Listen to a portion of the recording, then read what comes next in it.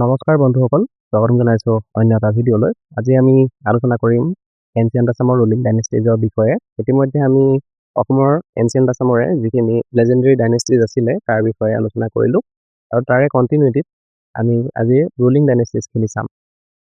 আৰু ৰুলিং ডাইনেষ্টিজ বুলি ক'লে আমি কোনকেইটা ডাইনেষ্টিক বুজিম তাৰ বিষয়ে আলোচনা কৰিম। আৰু যদি আমি চাওঁ যে এই ডাইনেষ্টিকেইটাক ৰুলিং ডাইনেষ্টি বুলি কিয় কোৱা হয়, শাসকীয় বংশ বুলি কিয় কোৱা হয়, ইয়াৰ মূল কাৰণটো হ'ল যে পলিটিকেল হিষ্ট্ৰীৰ ডেভেলপমেণ্ট। সেই সময়ত এওঁলোকৰ দিনতে পলিটিকেল হিষ্ট্ৰীৰ ডেভেলপমেণ্ট হৈছিলে, প্লাছ এওঁলোকৰ দিনতে যিখিনি ডিপ্ল'মেচি আছিলে তাৰো কি হৈছিলে, বিকাশ সাধন হৈছিল। সেইকাৰণে এই বংশ তিনিটাক আমি কি বুলি জানো, ৰুলিং ডাইনেষ্টিজ বুলি জানো। আৰু কোনকেইটা হ'ল ৰুলিং ডাইনেষ্টিজ? বৰ্মন ডাইনেষ্টিজ, শালস্তম্ভ ডাইনেষ্টিজ এণ্ড পালা ডাইনেষ্টি। আৰু যদি আমি তেওঁলোকৰ টাইম পিৰিয়ডটো চাওঁ তেনেহ'লে আমি দেখিম যে 350 AD পৰা 1100 AD পাৰ হৈ তালৈকে তেওঁলোকে শাসন কিন্তু কৰিছিল, হয়নে? গতিকে এতিয়া পোনপ্ৰথমে আমি এটা এটাকৈ আটাইকেইটা ডাইনেষ্টিজৰ বিষয়ে আলোচনা কৰিম। প্ৰথম আহিলে বৰ্মন ডাইনেষ্টি। এতিয়া আমি বৰ্মন ডাইনেষ্টিলৈ যদি চাওঁ যে এওঁলোকৰ শাসন আৰম্ভ হয় 350 AD পৰা, হয়নে? 350 AD পৰা তেওঁলোকৰ শাসন আৰম্ভ হয়, আৰু এই বংশৰ প্ৰতিষ্ঠাপক ৰজাজন আছিল পুষ্য বৰ্মন, হয়নে? তেওঁলোকৰ প্ৰথমজন ৰজাই আছিলে পুষ্য বৰ্মন। আৰু যেতিয়াই কামৰূপত লেজেণ্ডেৰী ডাইনেষ্টিজৰ সামৰণি পৰিল, এক ৰাজনৈতিক অস্থিৰতা দেখা দিবলৈ আৰম্ভ কৰিলে, তেতিয়াই এই পুষ্য বৰ্মনে কি কৰিলে, ৰজা হিচাপে নিজকে প্ৰতিষ্ঠা কৰিলে আৰু বৰ্মন নামৰ এটি বংশ প্ৰতিষ্ঠা কৰিলে। অৱশ্যে তেওঁলোকে কিন্তু নিজকে এই নৰকাসুৰৰ বংশধৰ বুলি নিজকে দাবী কৰে। তেওঁলোক পোনপ্ৰথমে কি আছিলে, গুপ্তাসকলৰ ছাবঅৰ্ডিনেট আছিলে। আচলতে ছাবঅৰ্ডিনেট বুলি ক'লে আমি বন্ধু বুজো, কিন্তু অধীনস্থ বন্ধু হ'ব, ঠিক আছে? গতিকে তেওঁলোক অধীনস্থ বন্ধুৰ দৰে আছিলে। তেওঁলোকে ধৰক তেওঁলোকক কৰ দিব লগা হৈছিলে কিছু কিছু ক্ষেত্ৰত, হয়নে? কিন্তু কিবা অনুষ্ঠান প্ৰতিষ্ঠান পাতিলে তেওঁলোকক নিমন্ত্ৰণ জনোৱা হৈছিলে। গতিকে ছাবঅৰ্ডিনেট তেওঁলোক আছিলে। আনহাতে শেষলৈ কিন্তু তেওঁলোক ইণ্ডিপেণ্ডেণ্ট হ'ল, ঠিক আছে? আমি ইণ্ডিপেণ্ডেণ্ট বুলি এইকাৰণেই ক'ব পাৰোঁ যে যদিহে আমি ইয়াৰ যিজন মূল ৰজা তেওঁক যদি তেওঁৰ জীৱনটো চাওঁ, দেখিম যে ইণ্ডিপেণ্ডেন্স কেনেকৈ হ'ল, কাৰণ তেওঁ মহাৰজা ধীৰাজ টাইটেলটো গ্ৰহণ কৰিছিলে। এজন ৰজাই কেতিয়া মহাৰজা ধীৰাজ টাইটেলটো ল'ব পাৰে? যেতিয়া তেওঁ কি হয়, সম্পূৰ্ণ স্বাধীন হ'ব পাৰে, তেতিয়া ল'ব পাৰে। আৰু এইখিনি কথা ক'ত আমি উল্লেখ পাওঁ? সমুদ্ৰগুপ্তৰ এলাহাবাদ ইনস্ক্ৰিপশ্যনত উল্লেখ পাওঁ। আৰু যিহেতু তেওঁ সমুদ্ৰগুপ্তৰে কি আছিলে, সমসাময়িক ৰজা আছিলে, ঠিক আছে? ইয়াৰ পাছত গুৰুত্বপূৰ্ণ ৰজাজন হ'ল এই বংশৰ ভাস্কৰ বৰ্মন। তেওঁ গ্লৰিয়াছ ৰুলাৰ বুলি কোৱা হৈছে। আমি যদি এই বংশটোৰ আন ৰজাখিনিও চাওঁ, তেওঁলোকেও এই সাম্ৰাজ্যলৈ গৌৰৱ কৃতিত্ব কঢ়িয়াই আনিছিলে, যে সমুদ্ৰ বৰ্মন তেওঁলোকেও এই যিটো বৰ্মন ডাইনেষ্টিৰ লিগেচি এইটো ধুনীয়া সুন্দৰকৈ আগবঢ়াই আনিছিলে। কিন্তু আমাৰ পৰীক্ষাৰ ফালৰ পৰা ইমান গুৰুত্বপূৰ্ণ নহয়, সেইকাৰণে আমি সেইখিনি ইগনৰ কৰিছোঁ। কিন্তু ভাস্কৰ বৰ্মন ইম্পৰ্টেণ্ট। তেওঁ আৰম্ভ হৈছিলে কেতিয়া?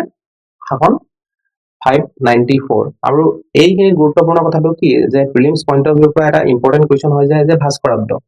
গতিকে তেওঁ যেতিয়া ৰেইন আৰম্ভ কৰিছিল, সিংহাসনত উঠিছিলে, তেতিয়াই এটা নতুন যুগৰ সৃষ্টি হ'ল, যাক আমি ভাস্কৰাব্দ বুলি কওঁ, হয়নে?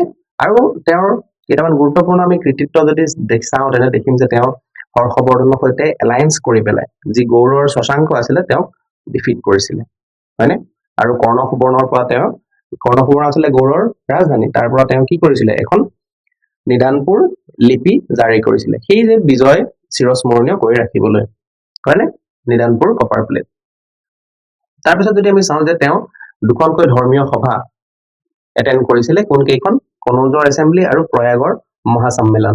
এই দুইখন তেওঁ এটেণ্ড কৰিছিলে। যিহেতু তেওঁ হৰ্ষবৰ্ধনৰ লগত খুব ভাল এটা সম্পৰ্ক আছিল, অৰ্থাৎ তেওঁক নিমন্ত্ৰণ জনাইছিল আৰু তেওঁ তাত গৈ অংশগ্ৰহণ কৰিছিল। আৰু আন এটা গুৰুত্বপূৰ্ণ ঘটনা হ'ল যে তেওঁৰ দিনতেই চীনা পৰিবাৰ্য হিউৱেন চাঙে কামৰূপ ৰাজ্য ভ্ৰমণ কৰিছিল, আৰু তেওঁৰ ৰাজসভাত উপস্থিত আছিল ভাস্কৰ বৰ্মনৰ। আৰু তেওঁৰ আতিথ্যত হিউৱেন চাং যথেষ্ট সন্তোষ লাভ কৰিছিল, আৰু কামৰূপত যি শান্তি আছিলে, সেই সময়ত সমৃদ্ধি আছিলে, এই আটাইখিনি বিষয়ে এক সুন্দৰ টোকা তেওঁৰ যি বিখ্যাত গ্ৰন্থ চিউকিত লিখি থৈ গৈছে। গতিকে এইফালৰ পৰা আমি যদি চাওঁ যে ভাস্কৰ বৰ্মনৰ শাসনকালটো যথেষ্ট ইভেণ্টফুল আছিলে আৰু যথেষ্ট স্মৰণীয় আছিলে। কিন্তু তেওঁ কোনো ধৰণৰ উত্তৰাধিকাৰী নোহোৱাকৈ মৃত্যুমুখত পৰিছিল। কিন্তু অৰ্থাৎ তেওঁ বিবাহে কৰা নাছিলে, তেওঁ অবিবাহিত আছিলে। তেওঁ সেইকাৰণে কুমাৰ ভাস্কৰ বৰ্মা বুলিও আমি জানো। হয়নে কুমাৰ ভাস্কৰ বৰ্মা বুলি আমি জানো আৰু যিহেতু তেওঁ কোনো উত্তৰাধিকাৰী নাছিলে উত্তৰাধিকাৰী নথকাৰ ফলতে তেওঁ কি হৈছিলে এই যিটো বৰ্মন বংশ তাৰ সামৰণি পৰিছিলে উইদাউট হেয়াৰ তেওঁ ডাইড হৈছিলে ঠিক আছে আৰু ইয়ে কি বুজায় এই বংশটোৰ সামৰণিক ইংগিত কৰে এতিয়া যদি আমি নেক্সট চাওঁ যে ইয়াৰ পিছতেই সেই যেতিয়া বৰ্মন বংশৰ সামৰণি পৰে তাৰ পিছত এক ভেকেন্ট এটা ভেকিউম ক্ৰিয়েট হৈ যায় আৰু সেই ভেকিউম ফিল আপ কৰে কোনে কৰে এজন মিলেটছৰ চিফ এজন নেতা আছিলে মিলেটছৰ প্ৰধান নেতা এজন আছিলে তেওঁৰ নামটো আছিলে শালস্তম্ভ আৰু তেওঁ এটি বংশ প্ৰতিষ্ঠা কৰে যাৰ নাম শালস্তম্ভ বংশ অৰ্থাৎ তেওঁৰ নামেৰে সেই বংশটোৰ নামো শালস্তম্ভ হ'ল আৰু এওঁলোকেও নিজকে নৰকৰ বংশধৰ বুলি পৰিচয় দিয়ে আমি যদি বৰগাঁও যি কভাৰ প্লেট আছে তাত চাওঁ ইয়াত দেখিম যে 21 জন মুঠ ৰুলাৰ আছিল বুলি জনা যায় কিন্তু আমি 15 জনৰ বিষয়েহে ইতিমধ্যে গম পাইছো শেষৰজন আছিলে ত্যাগ সিংহ আৰু প্ৰথমজন কোন হ'ল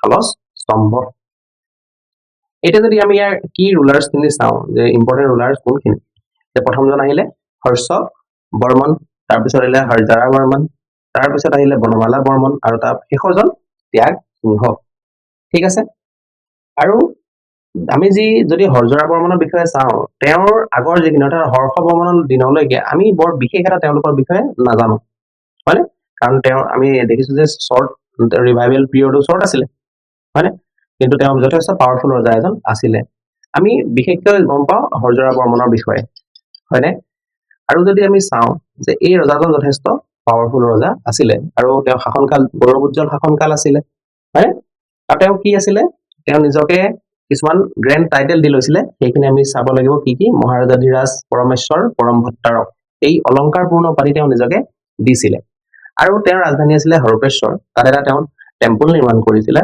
যাক হেটুকা চুলিন বুলি কোৱা হয় যথেষ্ট ওখ আছিলে হয়নে সেই মন্দিৰ নিৰ্মাণ কৰাৰ বাবে তেওঁ খ্যাত বা জনাজাত হয়নে তাৰপিছত আহিলে তেওঁৰ পুত্ৰ বনমালা বৰ্মন হয়নে বনমালা বৰ্মনৰ বিষয়ে যদি আমি চাওঁ যে তেওঁ পিতৃৰ দৰে আছিলে বুলি কৈছে তেওঁ আৰিয়ান কালচাৰ প্ৰমোট কৰিবলৈ চেষ্টা কৰিছিলে যিহেতু আমি দেখিলো যে তেওঁ এটা টাইটেল টেম্পল নিৰ্মাণ কৰিছিলে কোনে হৰজৰা বৰ্মনে গতিকে তেওঁ আৰিয়ান কালচাৰটো প্ৰমোট কৰিছিলে আৰু বনমালা বৰ্মনেও আৰিয়ান কালচাৰ প্ৰমোট কৰি পেলাই কি কৰিছিলে ব্ৰাহ্মণসকলক ভূমিদান কৰিছিলে ঠিক আছে ব্ৰাহ্মণসকলক ভূমিদান কৰিছিলে আৰু শেষত আহিলে যি আমাৰ এজন ৰজা আছে ত্যাগ সিংহ আৰু তেওঁ 21তম সদস্য বুলি জনা যায় কোনো নাছিলে উত্তৰাধিকাৰী নাছিলে আমি ভাস্কৰ বৰ্মনৰ ক্ষেত্ৰতো সেইটোৱে দেখা পাওঁ যে কোনো উত্তৰাধিকাৰী নাছিলে আৰু উত্তৰাধিকাৰী নথকাৰ ফলতে এই যি শালস্তম্ভ বংশ এই বংশৰো সামৰণি পৰে তাৰ পৰা আহিলে গুৰুত্বপূৰ্ণ পালা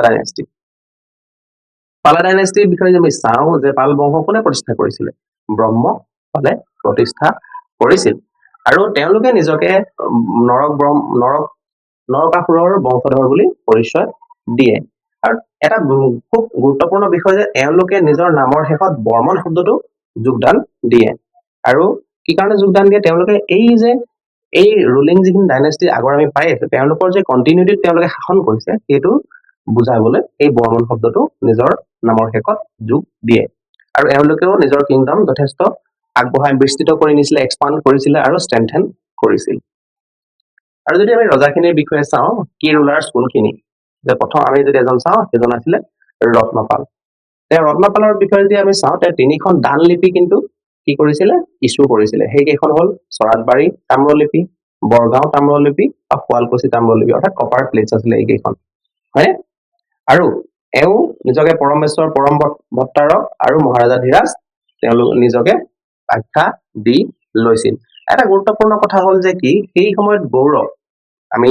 ইতিমধ্যে গম পাইছো যে গৌৰৰ লগত অলৰেডি এটা আমাৰ কণ্টিনিউৱাছ কনফ্লিক্ট চলি আছিলে কামৰূপৰ আৰু এওঁ ৰত্নপালেও কি কৰিলে এই যিজন গৌৰৰ ৰাজ্যপাল নামৰ যিজন ৰজা আছিলে তেওঁক ডিফিট কিন্তু কৰিছিল এটা গুৰুত্বপূৰ্ণ সেইটো এটা এচিভমেণ্ট তাৰপিছত আহিলে ইন্দ্ৰপাল অৱশ্যে ৰত্নপালৰ নাতিনীয়েক আছিলে ঠিক আছে গ্ৰেণ্ডছান আছিলে আৰু তেওঁ শাসনত অধিষ্ঠিত হৈছিলে আৰু তেওঁ কি কৰিছিলে যে কল্যাণ চন্দ্ৰ আছিলে মানে বংগাৰ কল্যাণ চন্দ্ৰ তেওঁক ডিফিট কৰিছিলে আৰু কাৰ লগত এলায়েন্স কৰিছিলে ৰাষ্ট্ৰকূটাসকলৰ লগত মানে আৰু বৈবাহিক সম্পৰ্ক তেওঁলোকৰ লগত স্থাপন কৰিছিলে আৰু যি গুৱাকচীৰ যি দানলিপি আছে তাত আমি এইখিনি কথাৰ কি পাওঁ উল্লেখ পাওঁ মানে আৰু আমি গুৱাহাটী লিপি যদি চাওঁ গুৱাহাটীৰ যিখিনি ইনস্ক্ৰিপশ্যন এইখিনি যদি চাওঁ তেতিয়া গম পাম যে সেইখন তেওঁৰ শাসনকালটো যথেষ্ট শান্তি আৰু সমৃদ্ধিৰ সময় আছিলে তাৰপিছত এজন ইম্পৰ্টেণ্ট ৰজা হ'ল গৌপালা তেওঁ যথেষ্ট ছাকচেছফুল আৰু ইণ্টেলিজেন্স বুলি কোৱা হৈছে, হয়নে?